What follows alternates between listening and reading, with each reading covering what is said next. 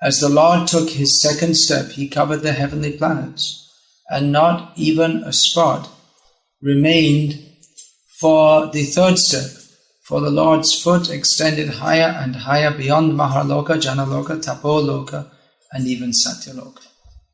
Purport: when the Lord's footstep exceeded the height of all the lokas, including Mahaloka, Janaloka, Tapoloka, and Satyaloka, his nails certainly pierced the covering of the universe. The universe is covered by the 5 material elements, Bhumir, Apo, Nalo, Vayu, Kam. As stated in the Shastra, these elements are in layers, each 10 times thicker than the previous one. Nonetheless, the nails of the Lord pierced through all these layers and made a hole penetrating into the spiritual world. From this hole, the water of the Ganges infiltrated into this material world. And therefore it is said, Padana Kanira Janita Jana Pavana, the Shavata Stotra. Because the Lord kicked a hole in the covering of the universe. The water of the Ganges came into this material world to deliver all the fallen souls. Thus end the Bhaktivedanta purports of the 8th canto, 20th chapter of the Srimad Bhagavatam, entitled Bali Maharaj surrenders the universe. Urukram, Urukramasya, of Urukram, of the Supreme Personality of Godhead, who performs uncommon activities, very great activities, very great steps, big steps. One small step for man and one great step for mankind. We have heard about this. Not as great as the steps of Vamanadev. One small step for man, for this man, or this not man. Atimartasya Bhagavan, who is not is Superman, the real Superman. Vamanadev. One small step for him is more than any human can imagine doing. Not only can he not imagine, he can't imagine Bhagavan doing either. He can't imagine that Vamanadev is doing, therefore he disbelieves in Vamanadev. Those who are pious, they will believe and accept. When they see the Ganga flowing, they see this is coming from the lotus foot of Lord Vamanadev, who has very long toenail, it seems. Sometimes people want to grow their toenail or their fingernail very long. But it's not as big as Lord Vamanadev, that's for sure. It pierces through all the universe. Can you imagine a toenail growing from here to America? You could drive your car over on a bridge. But it's unimaginable, isn't it? But that's only the first millimeter of Lord Vamanadev's toenail. Not even that much, because all the universe, what we think, this vast universe, we're going in a spacecraft exploring space. But even if we could reach the edge of the universe, it's just like a little tiny little pea in a huge pot. So a toenail that's stretched from here to America, which is unbelievable, that's not even the beginning of Vamanadev's toenail. He expanded. So this is not believable. We cannot accept this unless we are blessed by the mercy of the Supreme Lord. One who's very educated, they cannot accept this. Only foolish people will accept this, according to the educated people. More educated people, they know that we've studied, we've seen, we've understood, so we cannot accept such things. And those who are less intelligent from the materialistic point of view, they will accept. Here's the Ganga flowing. Ganga came from the Karana, Karana Samudra, the causal ocean, being the toenail of the Lord has pierced through and the water has come through. And another source of that Ganga is coming through, or another source of Ganga is that foot pierced to the edge of the universe, to the top of the universe, including Mahaloka, Janaloka, Tapoloka and Satyaloka. At the top of Satyaloka sits Lord Brahma. So he was sitting there on his lotus seat, watching all this going on, and he sees Lord Vamandev coming and his big foot extending and just goes past his Padmasana. So he reached out his kamandalu and poured some water. I had the opportunity to do some service washing the Lord's foot. Don't miss it when it comes. If the chance is there, take it. So he was a good opportunist. He took the opportunity, and that water mixed with the water coming from the Karna Samudra and came down through Satyaloka, Tanaloka, Janaloka, Mahaloka to Swargaloka, and then is carried in airplanes to this Himalayas, where we say the source of the Ganga is, who knows? What's the name of the source of the Ganga? Gangotri. So they say the source, but no, the source of the Ganga is the lotus feet of the Lord. So from our perspective, it seems like the source. And then again, she enters the ocean at Ganga Saga. Although if from the geographical point of view, the main water of the Ganga doesn't come down to Ganga Saga. That goes east into what is now Bangladesh. But those who know the Puranic name and even the present name, that Ganga is when all the water comes flowing. I'm seeing from your side. Okay, there's Ganga water, it comes from the Himalayas, and then turns above Delhi, and Yamuna comes by the side of Delhi and flows. Comes from this side, and then flows all the way gradually down. So many holy places, holy because they're on the bank of the Ganga. And then again turns, and then we're going this way, so it turns this way. And the main water goes into what's now called Bangladesh. But this water coming down here, this is Bhagirathi. Bhagirath was, how this path of the Ganga came, they'll say that it comes through the glacial plain or something, they have their explanations. But we know Ganga came like this because Bhagirath brought Ganga down, and he was going a little bit off. It seems like he was going off course, but that's all the plan of the Lord. So that Ganga was going east and east and east. We need to go south of it to get to the spot where Kapila Dev had burned his ancestors. So he came east, practically directly above that, north, and then he turned. So he came down through Navadvip Dham, waiting for the presence of the Ganga came, and she flowed through Navadvip Dham, waiting for the coming of Chaitanya Mahaprabhu, and then came to Ganga Saga, where Ganga meets Saga. They're both devotees. Ganga is devotee, and Saga, the ocean, is also devotee. So they meet there, and then she goes down. This is the Puranic description, not the geographical description. Transcendental geography. This is transcendental cosmography. You can study and see that there was a big bang, and then there was melting down, and solidification, and all the planets came. But you can believe that if you like, or if you like, you can believe Vyasadeva, who is given this description of Vamandev. This Leela is also connected with Chaitanya Mahaprabhu's Leela. Everything is all connected there.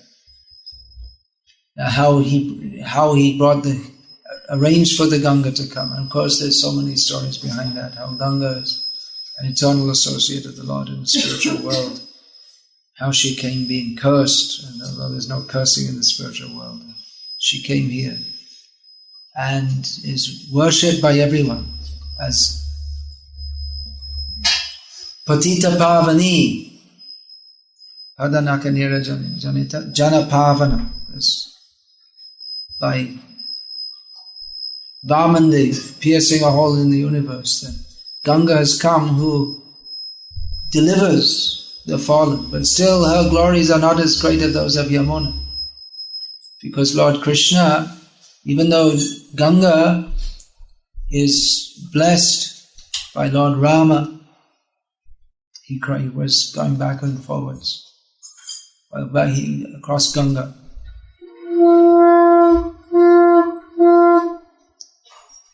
And Vedvyas in Badrikashram is bathing at Alaknanda, this original Ganga up there. It's called Alaknanda. So in so many ways, so many great, even the Supreme Lord, but Krishna himself was bathing in Yamuna. So Yamuna is considered even more purifying than Ganga. But then again, Chaitanya Mahaprabhu came and played in Ganga. So then again Ganga it's a transcendental competition. Who's more, Krishna or God? Who will say? Then you can argue if you like.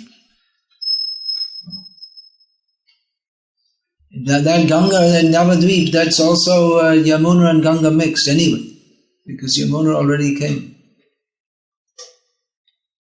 This when Chaitanya Mahaprabhu took sannyas and he was wandering for some 4 days, thinking, I'm going to Vrindavan. And Nityananda said, I'll take you to Vrindavan. So Chaitanya Mahaprabhu was saying, that's very good. He knows how to go because he was there before. Before he came to meet me, he was in Vrindavan. So he must know the way.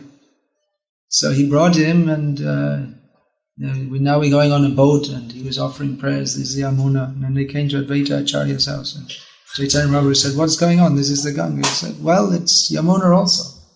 Because Yamuna already joined and this side, this side is Yamuna water. So he's not lying.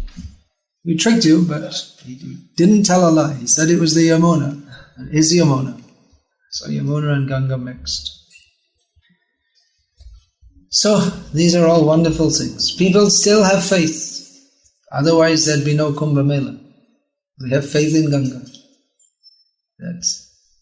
How many people do you get for your football matches? Last night there was some football match.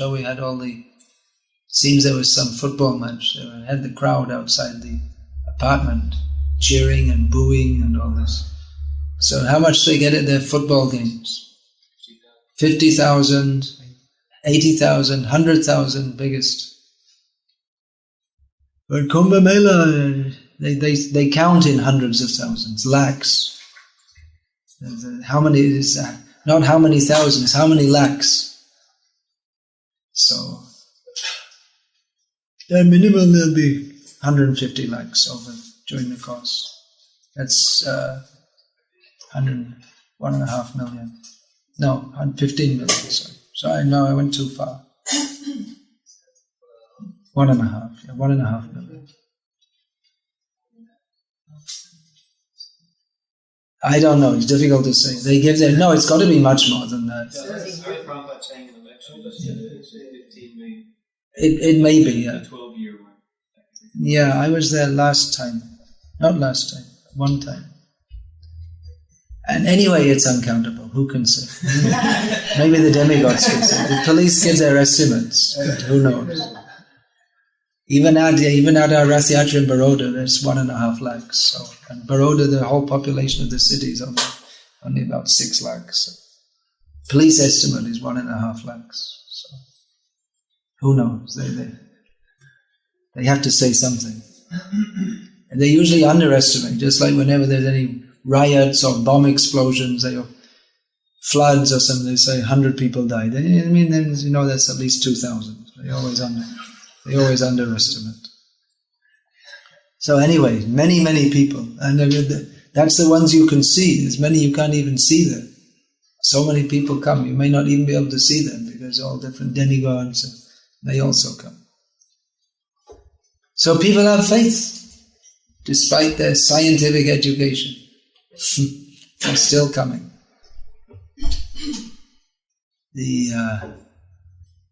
Some modern Indians didn't like that. Pandit Nehru, he didn't like, why should people believe all this? Putting the nail, I don't know if he even read that much, but he didn't like people will come. Prabhupada said that they're making the factories in Delhi, there's a deliberate government policy to pollute the Yamuna River, which flows through Delhi, so that people won't bathe in the Yamuna. They deliberately want to kill their piety. Their policy was like that. That was the policy of Pandit Nehru, so-called Pandit. Deliberately wanted to destroy the cultures. And now they're complaining about some people in India are complaining about the Muslims, how much damage they did, destroying mosques and this and that. But the first government of so-called independent India, that Nehru, he said that the temples of the new India will be the factories and the dams. And he was in South India, they brought him to Sri Rangam, the biggest functioning temple in the world. And he was saying, so much space is wasted, you've got to have a factory here. So this is the attitude. So there's this Hindutva movement promoting Hinduism as a political ploy, and they're concerned that the Muslims, they're spoiling Islam. The Muslims, they can't spoil. They can't spoil what they consider to be Hinduism, but the Hindus, they can spoil it. By adopting adopting this modern way of life. Still people have faith. They're going to Kumbh Mela. But what for, why, they don't know. Still people go to Tirupati, the most popular temple in the world, the most popular temple in India, because there's no one who goes to temples in the same numbers as in India. People go, you ask them, why are you going? Pass my exam, get a visa for America, whatever. And who is that? Srinivas, Govinda. They're calling out Govinda. You ask them who's Govinda, they don't have the faintest idea.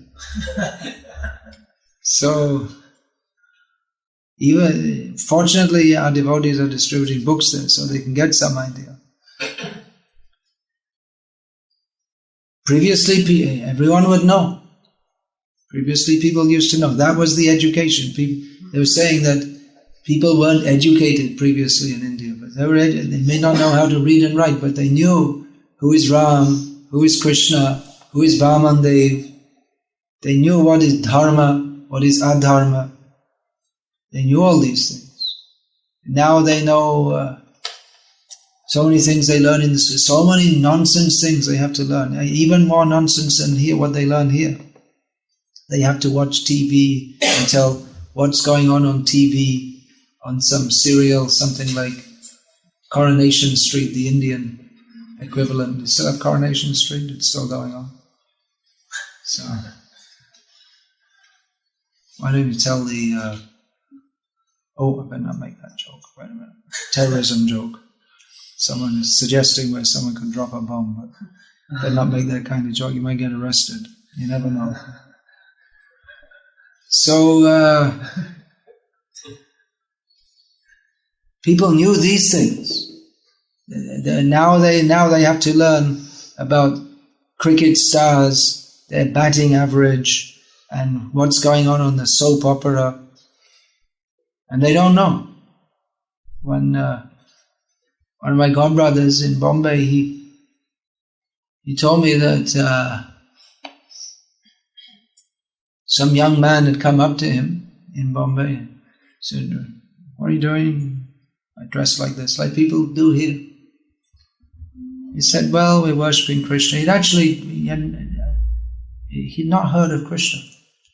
In London, that's not surprising. Not good, but not surprising. But in India, then... So everywhere, people need to know about Krishna. Not just... Prabhupada so many times said that it's not enough to say that we believe in God, but you should know who He is. What's His name? What does He do? What's His Father's name? You should know His Father's name also. In the forms you have to fill out, government forms in India, it used to be, I don't know now. But because when if you meet someone, they introduce, this is my name, this is my father's name. That was the system. So, in the government form, they fill in your name, and then you have to write your father's name also. So you should know what is the name of God, and you should know, you can't know Him fully just by knowing His name, you have to know His Father's name also. So here in the Srimad Bhagavatam is information, as Prabhupada said, not only who is God, God is great, but how He is great. How He is great, with 2 steps He covers the whole universe and even pokes His toenail right through the coverings of the universe. And this is how the Ganga covers. You can write in your geography class. What is the origin of the Ganga? How is the Ganga coming? You can write this. And how will they refute? They say you prove it. You say you prove it wrong. What? It's given by Vyasadeva. He's more intelligent than you. You can't even begin to understand the philosophy that he's giving. Vyasadeva wasn't a fool that he was writing philosophy and as a hobby in between he was writing fairy stories. But when you go through all the philosophy, then you come to Lord Vamandeva. When you're finished with all philosophy, not finished, but when Atato Brahma Jignasa, now we should inquire into the Brahma, the highest truth. Janmadya Zayataha, He from whom everything emanates, by whom everything is maintained, by whom everything is destroyed. And who is that? Lord Vamandeva, who cheats his devotee, brings the Ganga and shows his beautiful form so that we can remember.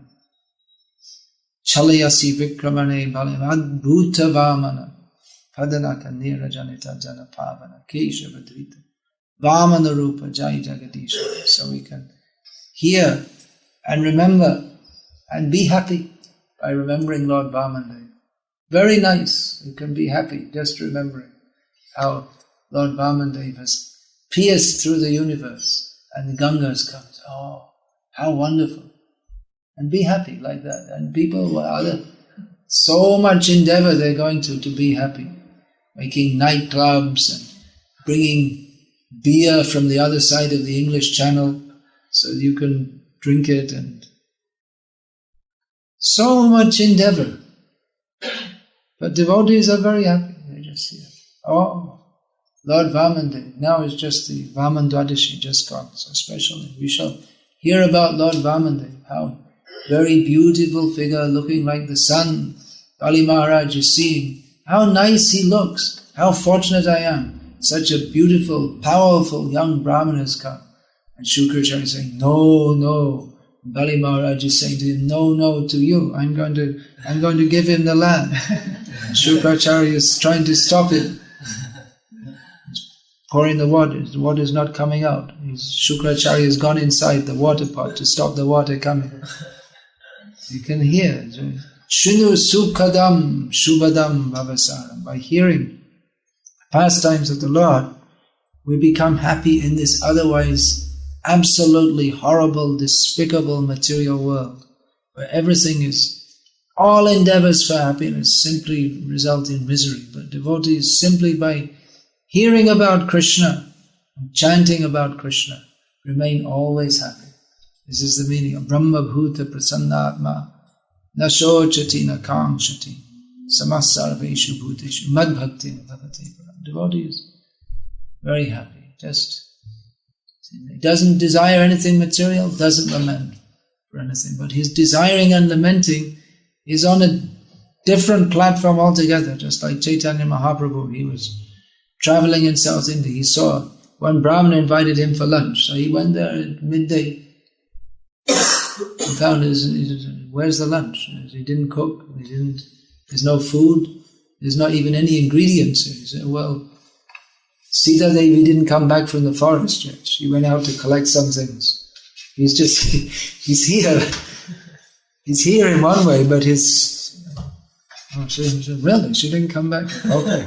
All right, we'll wait a little longer. And then he saw, he's looking so unhappy. Why are you so unhappy? Devotees should be happy. Why are you so unhappy? See this Ravana, he kidnapped Sita.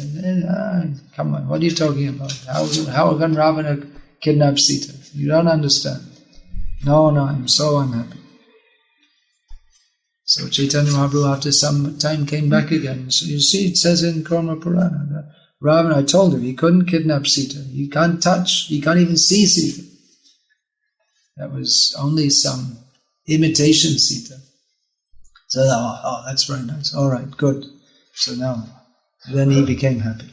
So he has shoka and akanksha. He has lamentation and desire, but just on a completely different platform. A devotee doesn't live in this world. He only lives in this world to bring Krishna to others. Otherwise, he's living in reality. Srimad Bhagavatam, just like Prabhupada said, these pictures in the books, they are windows to the spiritual world. Look through and you can see. Read through, you can be there. This Kulashekha Alva, he was a king, but he was enchanted by the pastimes of Lord. He spent all his days just listening to Ram Leela. So when he heard that all the monkeys are going to attack Lanka, he called, bring the army, we're going too. Then the ministers had to calm him down and say, no, actually, it's already, just sit down and listen. The battle's already finished. But he was just so absorbed. He wasn't thinking, I'm sitting here. He said, Ram is going, we should go and help. He's only got some monkeys, I've got good soldiers, let's go. He wants to fight. What am I doing sitting here listening? I'm a king, I've got all these soldiers, we should go. We can also get the darshan of Lord Ram. So this is how a devotee, he lived, just like I was saying that there's Bhaktivinoda Thakur. Amita Shananda Shukata Bashi Radhika Madhava Charana. He's sitting in Godrum, Shananda Shukata Kunja. And everyone's seeing some elderly gentleman, retired government servant. He's come to his retirement home. He's doing bhajan, a nice pious man. He's sitting and doing his bhajan. But he doesn't see, I'm a Kedarnath Datta, retired government servant. He's seeing, this is the Shananda Shukata Kunja. This is the Kunja of Radharani and the Gopis, and he's serving Radha and Krishna. So the pure devotees, they live, actually they don't live in this world. Prabhupada, when he was in New York, he was there. He was giving an example. Arjuna had to do his duty to fight. He said, just like me too, I'm also doing that. What am I doing here in New York? Prabhupada said, I don't like it here. And one woman said, yes, I know. He said, I like Vrindavan. I want to be there. So what am I doing in this horrible place? Because my Guru has ordered me. I have come because it is my duty. So Prabhupada, he left Vrindavan. He never left Vrindavan. He brought Vrindavan with him. And he gave Vrindavan to us. In his books, Radha Krishna, he brought everywhere. Here are Radha and Krishna. And he invited everyone. There's this story, Prabhupada, he was wandering in the streets, as he used to do. He was loitering in the streets. And he made one handbill with the Maha Mantra written on it. And one young man described that Prabhupada gave him this handbill, and he He gave it to me with a look on his face as if he'd given me the whole world. But the man, it's just some piece of paper. It's something I can't even read written on it. And this person's looking at me like he's given me something wonderful. But he didn't, something like he gave me the whole world, but he's given far more than the world. But they can't appreciate. So Prabhupada gave so many. He gave the whole spiritual world. The whole spiritual world is, in any one of his books, the whole spiritual world is there. If we can appreciate. Who can appreciate? Anyway, by Chaitanya Mahaprabhu's mercy, it's possible. Prabhupada wanted these books distributed. So who will understand? Who will accept? But by the mercy of Chaitanya Mahaprabhu, even though we have no idea what is this, people are getting these books. But by Chaitanya Mahaprabhu's mercy, those who are sincere, they will appreciate. And they can also begin to clean the dirt on the mirror of their heart and see the spiritual world is reflected there.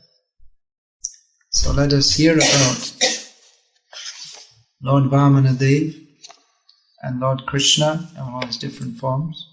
Be happy in this miserable material world. And distribute these books so that others can also take advantage of this knowledge. Who's going out for the book distribution here?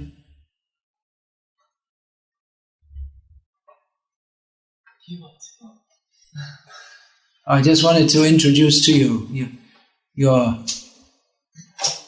one of your rivals, competitors, has come here to spy on you from Helsinki, Chaitanya Ananda Prabhu. If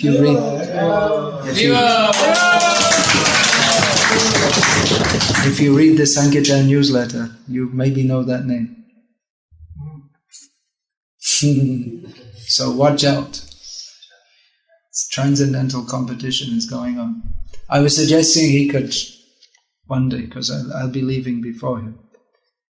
So if he could give a little presentation about book distribution in Finland, he brought a CD and this and that. It's going on very nicely. As you can see, they have a very simple program.